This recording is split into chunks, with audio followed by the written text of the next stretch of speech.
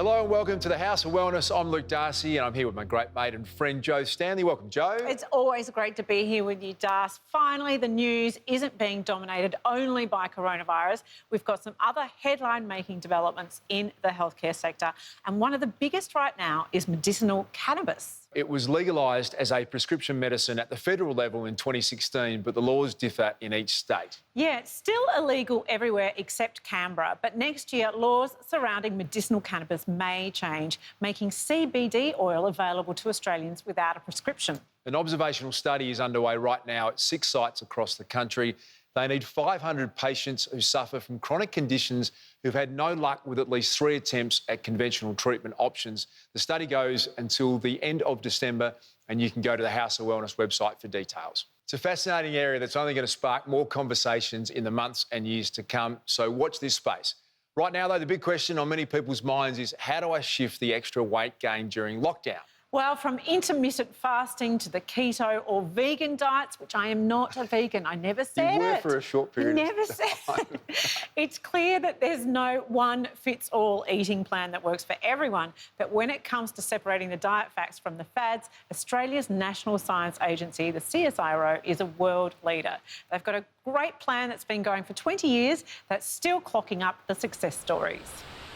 So what led you to the CSIRO diet? I got a really poor diagnosis from my doctor, a very fatty liver and borderline diabetes. And her words to me were that if you don't do something, you won't be around in 15 to 20 years' time. So that was a bit of a kick up the rear end, I would say. And what was your lifestyle like? Were you eating badly? Were you not exercising?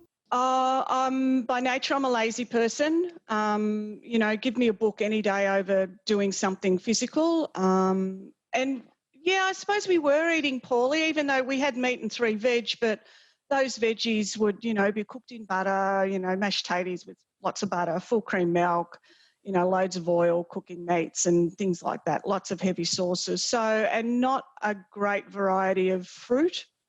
So, yeah, I suppose admittedly we were eating quite poorly. And had you tried diets previously? Look, I had, but, you know, the cabbage diet, which was useless. You know, one diet, I think you ate meat one day, then fruit the next, and then meat the day after, and then vegetables. Just that's all you ever ate. And it was not sensible. So, you know, just pushed them aside and didn't bother to go anywhere near them again, really. And then that night I saw a story on CSIRO on the telly. I then Googled it like crazy and found out that it was backed by science and scientists.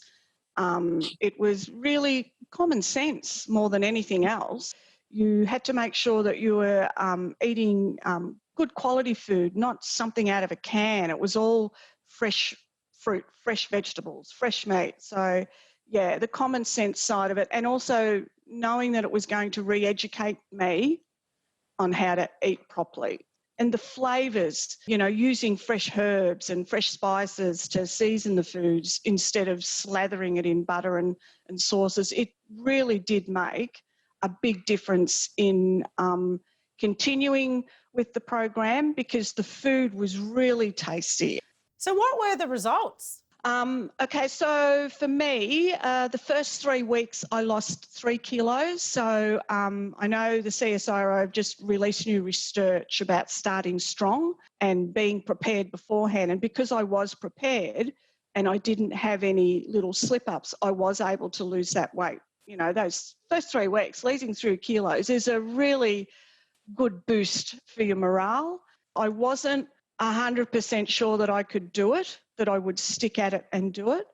But once I got those, you know, first few weeks over and done and I could see that what I was doing was making a difference, I then kept going and I knew that I would make it to the end. Not sure that I would actually meet my goal of losing 20 kilos, but I knew that I would make it to the end and that I would have had a loss.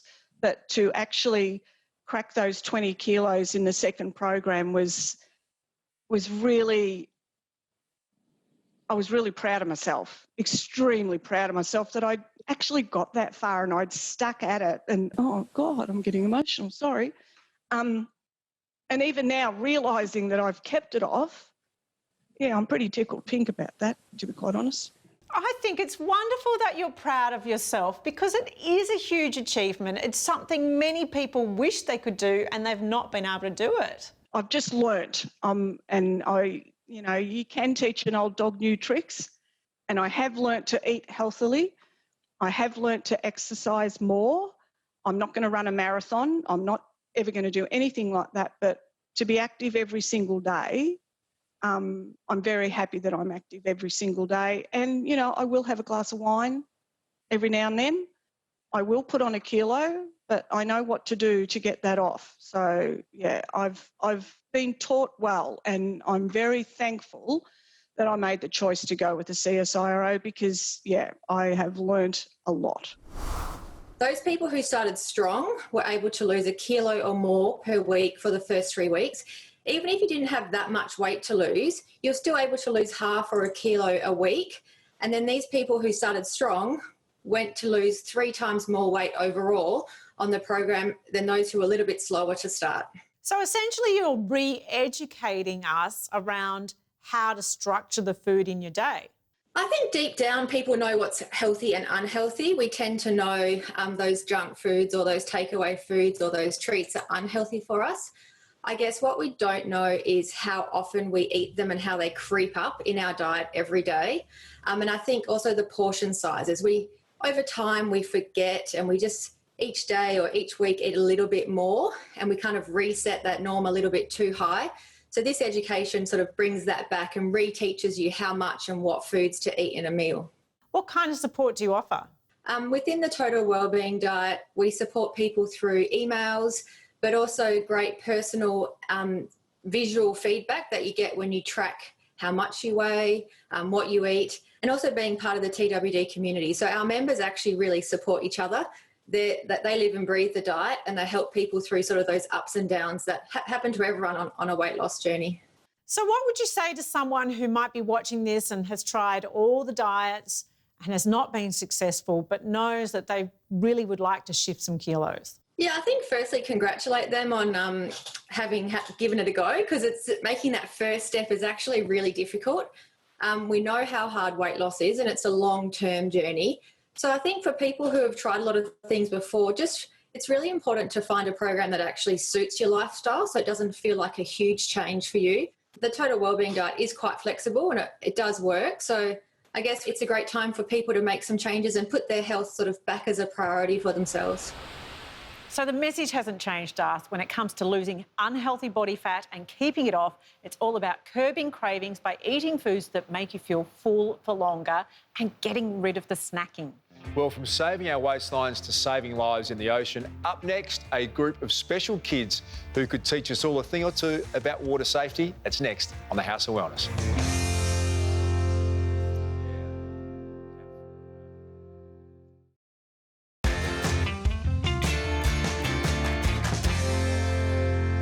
Well, the warmer weather is here, and for me and the family, Joe, that means heading to the beach and hopefully getting a little bit of surf at the same time. And that comes with the familiar red and yellow flags. It's always comforting to know that there's some strong swimmers there if you need them. Absolutely. Lifesavers have been patrolling our beaches for more than 100 years. They're as Aussie as a sausage sizzle, sunscreen or Uluru, and anyone over the age of 15 can qualify to become one. Many surf lifesavers started off as nippers or juniors when they were kids. Great training ground, Joe. I know my 4 have been doing it from the very youngest age. Great part of the summer. I love it. Oh, and I do love seeing those kids down on the beach. Such valuable life-saving skills never go wasted, no matter who or how old you are. These water safety skills are also part of a program for a very special group of youngsters who are affected by a disability. It's called Starfish Nippers, and we tagged along to meet them for some safety-inspired fun in the sun. The Williamstown Surf Lifesaving Club in Melbourne's southwestern suburbs is celebrating its 100th year. But for these junior club members, just getting into the ocean is celebration enough. 1, 2, 3, Starfish! Starfish Nippers is designed for kids with special needs. It started at Anglesea Surf Club 10 years ago, and now 22 clubs across the country run the program. Up and grab yourself a nipper board, everyone, and in the water. And with over 35 years in the disability sector, volunteer Veronica Trelaw was up for the challenge of bringing it to Williamstown. The normal nipper program, they develop a program over the course of the season, so 10 to 12 weeks. So that comes from Life Saving Australia and Life Saving Victoria, so we can kind of modify it for the kids with disabilities. And we're fortunate here at Williamstown to have the pool, which is, a bonus. With kids ranging from 6 to 14, each of their needs are individually catered for. The condition is for us to have one-on-one, so especially for the water safety, to make sure that the kids are all okay. Kids that have high needs, it might be 2-on-1. Pedal, pedal! Yay! Big wave! Good work! So the feedback from the family is really, really positive. They usually have told me about other programs that they've joined in the community. It becomes quite difficult when they're not sure if their kids are enjoying the program. And even for them to have that hour of time out, to have a coffee in peace and not have a kid run at them to go, hey, I need this or whatever. But for the proud parents watching on, it's more than just that. It's great to be able to see Ben doing some independent activities. I don't have to be there, so there's somebody else who can help him. He gets a bit of independence, a bit of freedom. Ready, steady, go! Yay! He has trouble with some of the fine motor skills, so some of the other sports like tennis, cricket, football, those sort of things, finds quite difficult. But here in the water, he can swim and play around and actually be a part of. It's really special for us to be able to watch Molly doing this independently of us. This is something that is designed for children with special needs and to help them feel included with something that also typically developing kids get to enjoy, and it's been absolutely huge for her and us. With options for sand, ocean and pool activities, every one of these starfish can't get enough. I like the flags. I like boats. You do races where you get up from your tummy and you have to get your toy as quickly as you can. Go! If someone has autism or disability, I have a disability, I recommend going into the starfish groups, not the age groups, because the starfish groups has way more helpers. But what's clear is that this is a program that works both ways, for the kids and the volunteers. I love swimming and I love being around the water, so you want other people to enjoy it too. So the joy on their faces is just reward enough. They're no different to any other child that's part of a life-saving community, and they're actually learning some skill sets and becoming confident at the beach or at the pool. They don't realise how much they learn, even though they're having fun sometimes. All the time. Can't get them out of the water, as you noticed today. 1, 2, 3, stop! We filmed that story at Melbourne's Williamstown Surf Lifesaving Club before the coronavirus hit. And incredibly, Joe, just last week, a little nipper from the Williamstown Club saved someone who was in trouble in the water. I love hearing those stories. No, it just goes to show what a great program it is, from water safety to something else we all value, and that's sleep. And for people who've just welcomed a new bub, they know better than anyone. They say that nearly half of all new parents get just 1 to 3 hours of uninterrupted sleep a night, and women are hit the hardest. But what shocked me the most was the sleep deprivation for both parents can last up to 6 years. Well, we caught up with a very happy and extremely tired group of new Aussie mums to get their take on how to get more Z's while zigzagging your way through life with a newborn. Every parent is familiar with this sound. A baby that won't settle to sleep. And for mums Caroline, Paige and Lucia, with babies all around 6 months of age, sleeping habits are the dominant conversation in their mothers group. With Audrey, I find now, like being 6 months, she's so much better than like when she was, 3-4 months. But we've built a routine.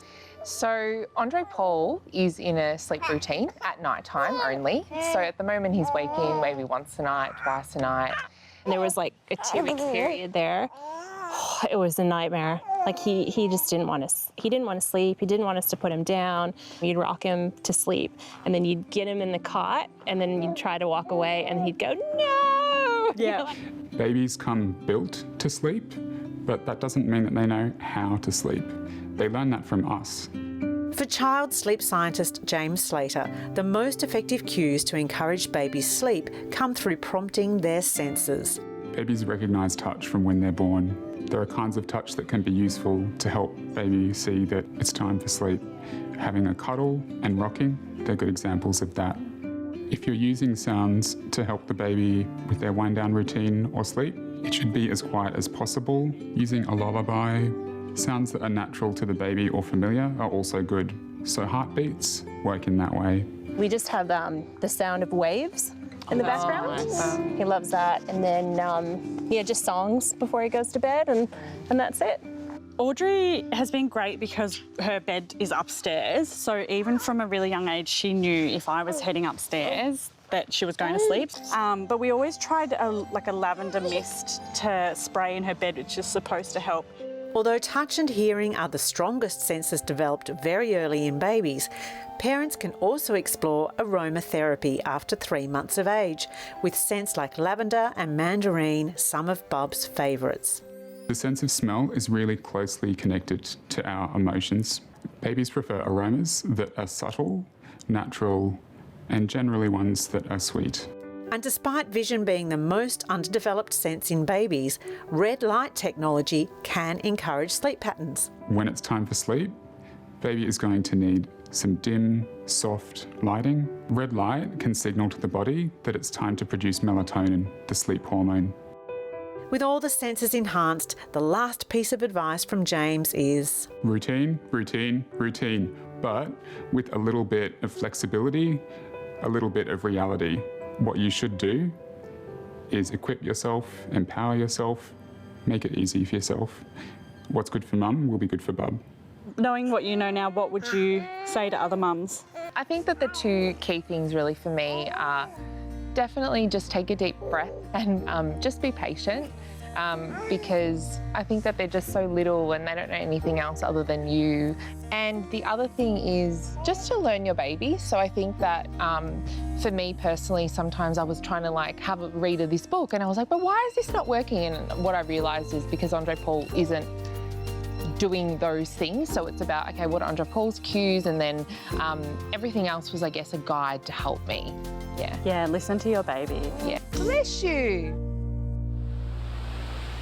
Can you remember what it was like, Joe, the sleepless nights when Willow was just a baby, or is it a bit of a blur for you? Well, I was doing breakfast radio at the time, so it didn't really feel any different, to be honest, from the hours that you would know. But I remember my husband, Daz, the sleep deprivation, he would just sort of wander around the house sort of lost. I remember looking at him and going, what's wrong with you? Are you drunk? What's happening to you? And he's like, I'm just so tired. I remember our firstborn, Sam, literally the first 12 weeks, he had not slept, had cried all night. And we called in, I'll never forget her name. She was from a group called Save Our Sleep. Mm-hmm. She walked in the door, she said, I won't leave until that little boy sleeps through the night. I wanted to give her a hug. I wanted to just say, we'll pay you whatever it takes, please help us. And she did. It was a big game changer. Coming up, the magic of Manuka honey and the tradies rolling out the yoga mat in support of mental health. Right after this on the House of Wellness.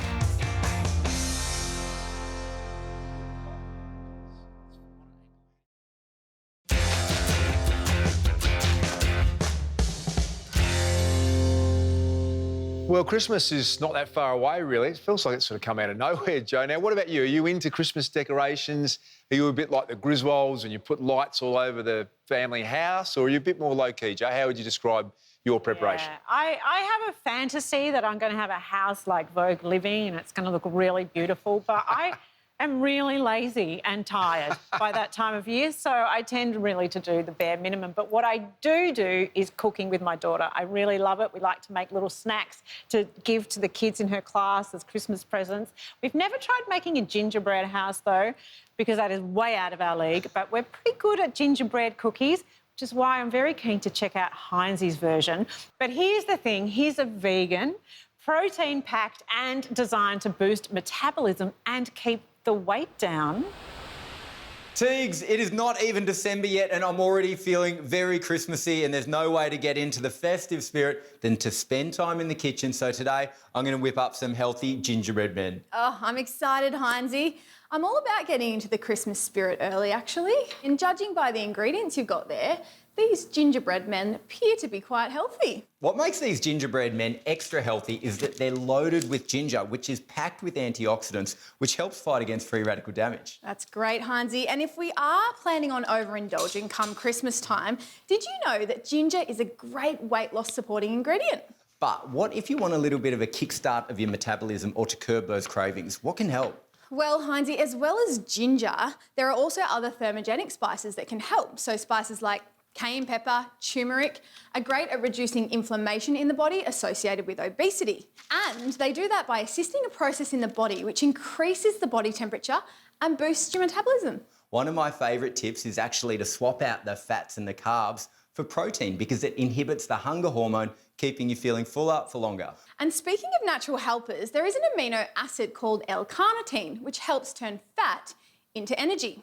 So you can find all these ingredients plus a vegan and vegetarian pea protein in a powdered supplement form. I tell you what, everything you've taught me today combined with this delicious recipe is going to have us snacking all Christmas long and maintaining our summer bods. I'm excited. Let's get these bad boys out of the oven. Oh, those smell amazing, Hinesy. I tell you what, it is time to ho, ho, ho in. The A to Z of Vitamins is brought to you by Vital Slim and Trim Protein Formula, a unique protein blend used to support long-term weight management.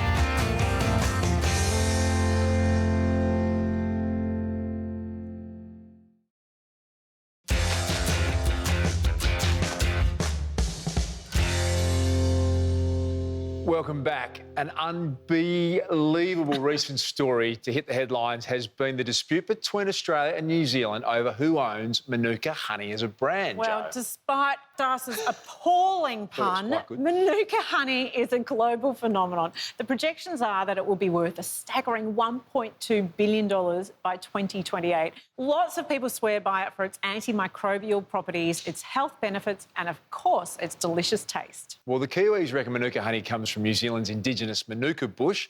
They're fiercely protective of it and have applied to trademark the name in China and the US. But Aussie beekeepers reckon they've been using the Manuka name since the late 1800s and have just as many species of the native bush. Whichever side of the debate you're on, there's no doubt this sweet nectar has fans all over the globe. Manuka honey is made from the nectar of the Manuka tree, which is a tree that is native to New Zealand, and it's been revered by the Māori people here in New Zealand for centuries. So most people know Manuka honey as a delicious honey to put on your toast, but actually there are some really amazing other uses for Manuka honey. For example, the antibacterial medical grade Manuka honey is clinically proven in wound healing. It's also great for dry and itchy and eczema-prone skin, great for soothing a sore or sore throat or a cough. It's also used for digestive support. It's packed full of antioxidants, and these may help support your immune system. There are 3 key compounds in Manuka honey. And these compounds are called methylglyoxal, or MGO, dihydroxyacetone, or DHA, and lactoferrin. So MGO is the compound that is primarily responsible for the antibacterial activity of Manuka honey.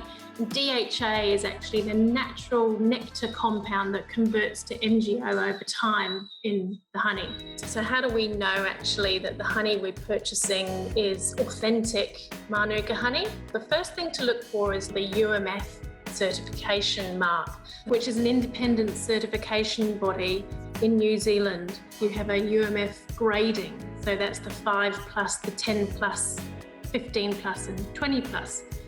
And these numbers relate to the antibacterial activity of the honey.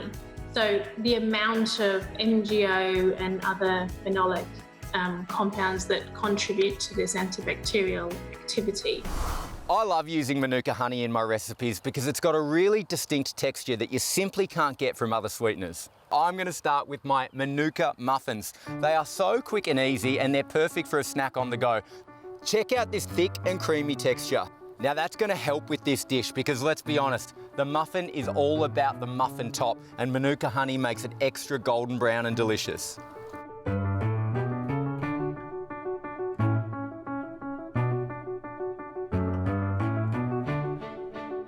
These go in the oven at 180 degrees for 20 to 25 minutes or until they're golden brown. And there you have it. You can really see the hero ingredient, the Manuka honey, represented in that incredible golden brown colour. Beautiful. Now, we've spent some time talking about some of the bizarre home remedies when you have an injury, Joe. Now, did your mum ever tell you to put honey or even toothpaste on a bee sting? Well, no, I'm allergic to bees, so Oh, really? I'm not mucking around with old wives' tales if I get stung by a bee. But we used to get told to put toothpaste on pimples. I don't know if that's a thing. Well, from growing an apple tree in your stomach if you eat the pips to taking 7 years to digest chewing gum, those medical myths just keep coming up, Joe. Some are funny, but others are just downright terrifying. Here's our medical mythbuster, Dr. Nick Carr, to separate the facts from the fairy tales.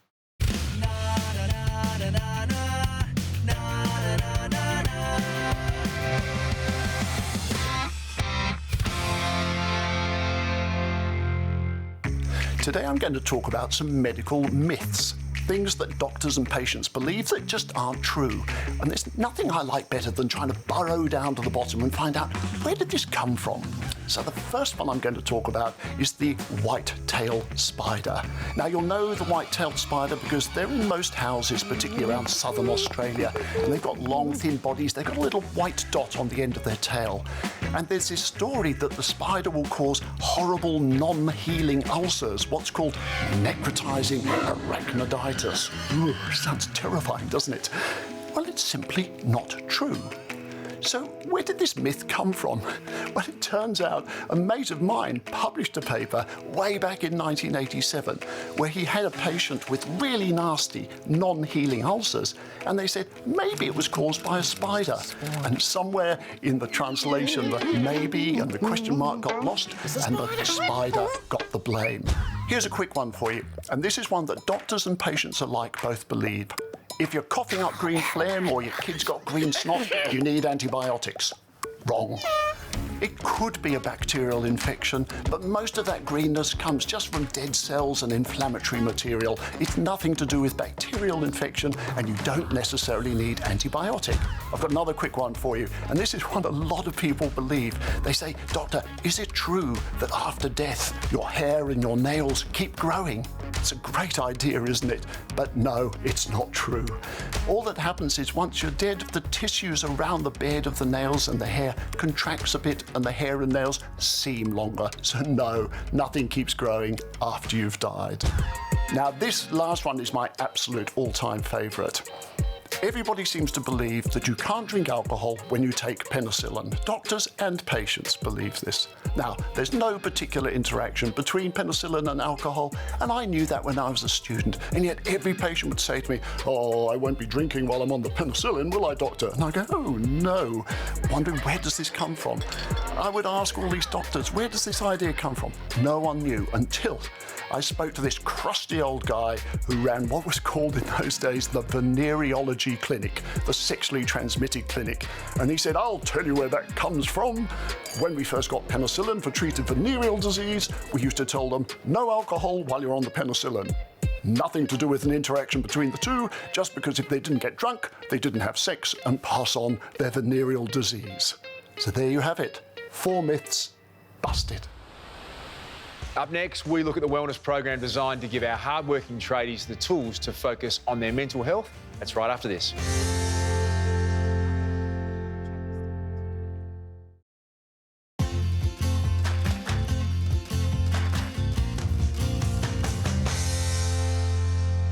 Welcome back. When you think of tradies, Joe, you think of happy-go-lucky, hard workers enjoying time outdoors and a laugh with their mates after knock-off. But like any stereotype, that's not always the reality. No, the flip side is long hours, exhausting physical work and stressful deadlines. And just like in any pressure industry, it takes a toll on tradies' mental health. And the stark reality is that a construction worker is 6 times more likely to die from suicide than a workplace accident, which is just horrific. One of the worst stats I think we've heard in recent times. Yeah, which is why the Healthy Tradie project is making inroads by getting tradies to down tools and roll out the yoga mat in an effort to build a better life for themselves. For Canberra Operations Manager Pip Selden, construction runs in the family. My father worked in the construction industry and 2 brothers, both tradies. So one's an electrician and my brother Dale was a carpenter. In 2009, Dale took his own life. He was 35 at the time and it was something that was a huge shock to our family.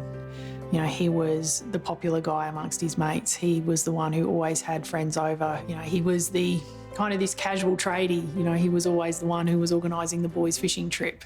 And I guess in hindsight, probably some of the challenges and the struggles that he faced were things that we all just thought were part of life. The tradie lifestyle isn't just physically taxing. They work long hours, often 6 days a week and under enormous time pressure. As Pip processed the loss of her brother, she realised these conditions were the cause of an unspoken mental health crisis. A construction worker is 6 times more likely to die by suicide than a workplace accident. And every second day, a construction worker in Australia takes their own life. Those statistics are not something that we hear. And I've begun to see how much more we need to focus on health and wellbeing as an industry. 5 years ago, Pip started doing her part to support tradie mental health. This morning, I'm heading out to a construction site to a group of about 50 to 60 tradies. Every week, she travels to multiple sites across Canberra and New South Wales to present wellbeing workshops. I want you guys to walk away from this next 15 minutes with some tools that you can use every day at home, at work, to help you better cope with the pressure and stress of this industry. So our Healthy Tradie or pre-start toolbox talks generally include a mindfulness session. So we actually focus more on breathing and how tradies can actually use their breath to control their mind and control their response to stressful situations. By slowing down your breathing and breathing down deep in here, you're actually changing your nervous system. So if you finish that 30 seconds and you still feel a bit stressed, a bit anxious, a bit angry, maybe go back and take another few breaths. Who's got a bit of back pain or neck pain? Pip presents her Healthy Tradie workshops alongside her partner Richard, a fellow construction worker with a passion for yoga. Yoga is very much about what's the body's state today. So before you start work, if we do some movement and you notice that you've got something a bit tight or something's not quite right, you know you've got to just take care of that today. This is one you can do every day. It's beautiful. Reach.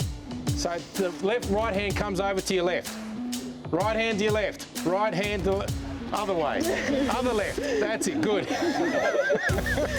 We generally leave it until about the middle of the class and we tell the guys that they're doing yoga. So I think they all generally switch on, and we do hear some comments of, oh, my missus does this and this is yoga. But once they actually get into it and they actually feel the benefits, I think they really actually enjoy it. That's fine. If that's all you got, that's good. Their mind's concentrating on their body, they're moving with their breath, and they're meditating and they're connected to their body, and suddenly they realise that they're feeling a lot more relaxed. Hinge. I think it's a good way to start the day. Like, it's different to what we usually do. Usually it's get to work, you have a quick chat, straight into it. Whether that was like, it sort of sets a different tone for the day. And I just feel a bit more energised and a bit more bendy and stretched. Then open up to the Warrior 2. I think it would be good to do it regularly. It'd be a good addition to the work. Not a lot of blokes on site talk about stress and the pressures they face, and they probably should, so it's good to get people out here to encourage those conversations. It's really interesting when you give tradies the right environment. You know, people, I think, perceive that men being men won't open up and have those conversations, but create the right environment and they will. You know, I experience that when we go out onto construction sites and we do these sessions and I share my story, that I often do have tradies who will come and talk to me after that and give us that feedback that, you know, thanks for actually, you know, caring about us and actually taking some time out to do something that supports us. Personally lost the best mate at 21, he was 21. Yeah. Suicide, so I think this is a really good thing for the boys. And if I can change or even save just one life by having a conversation or encouraging other men to have conversations, and they can then change someone else's life, then I know the work that we're doing is beneficial. Well, that makes sense, Joe. With the high-risk work and pressure to perform, being mind fit is a no-brainer, and the tradies taking time to do it was a really great story. Yeah, I absolutely love it, Dars. Giving themselves permission to care for themselves in a different way, stopping for a moment and taking a deep, slow breath can really change your headspace so quickly. It's very powerful and just helps reset your thoughts. I'm not suggesting some deep breathing will help you give up smoking, but it does force you to stop and think. So instead of reaching for a cigarette, why not try taking a few deep breaths instead? It's a great distraction and it's a buzz filling up your lungs with fresh air. Try it, you might just surprise yourself.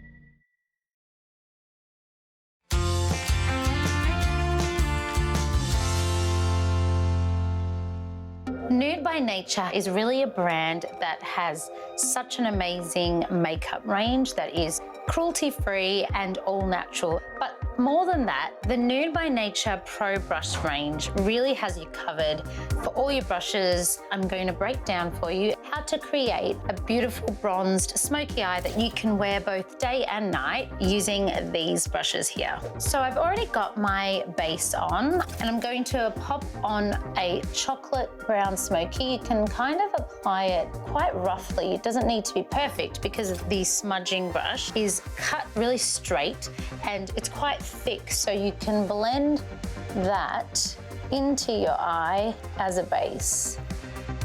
Okay, so now I'm going to use base shadow brush. So grab your color and applying like so.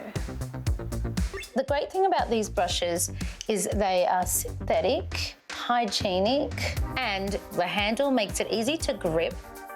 I want to buff out the look and make it that little bit more seductive, elongate my eyes, and I'm going to use the blending brush. This is a really important step. You cannot blend enough. This brush basically does the job for you.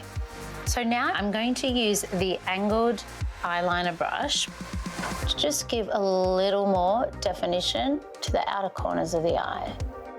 So I'm liking the shape of my eyes. I just want to tidy it up a little bit. And this is the concealer brush.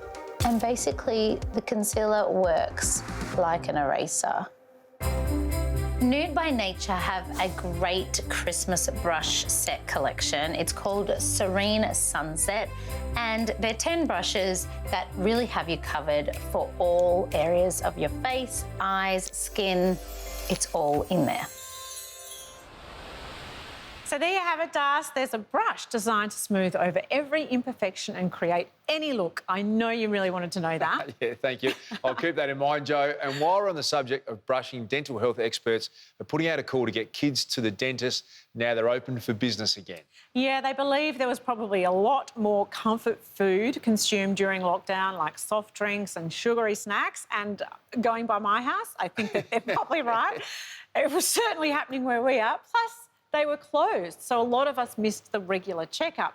Anyway, it's a good reminder as we all work our way back to life as we know it, Darcy. Thanks for that, Joe. That's all we've got time for today. You can find out more great health tips and tricks by logging on to the House of Wellness website and by tuning into our radio show with Joe and GQ every Sunday. Plus, Joe, and Emma Murray's podcast, The Best of You, has plenty coming up as well. Joe? Yes, you know, I'm madly passionate about mindfulness, as is Emma Murray. She's quite the expert on it. So if you're interested in exploring this fantastic technique for your mental health, Best of You in the House of Wellness, it's available on podcastoneaustralia.com.au. Yes. And Das, you've finally done it, launched into the podcast space yourself. Finally got myself organised, and I started with Sir John Kerwin, who we interviewed on the House of Wellness, who's one of the most inspirational people I think I've ever met, Joe. It was fantastic to get more time with him. So check that out, Success Without Stress, from all your good podcast platforms. It was great fun, so looking forward to doing more of that. Thanks, as always, to our great friends at Chemist Warehouse, and until next time, stay safe and stay well. Getting more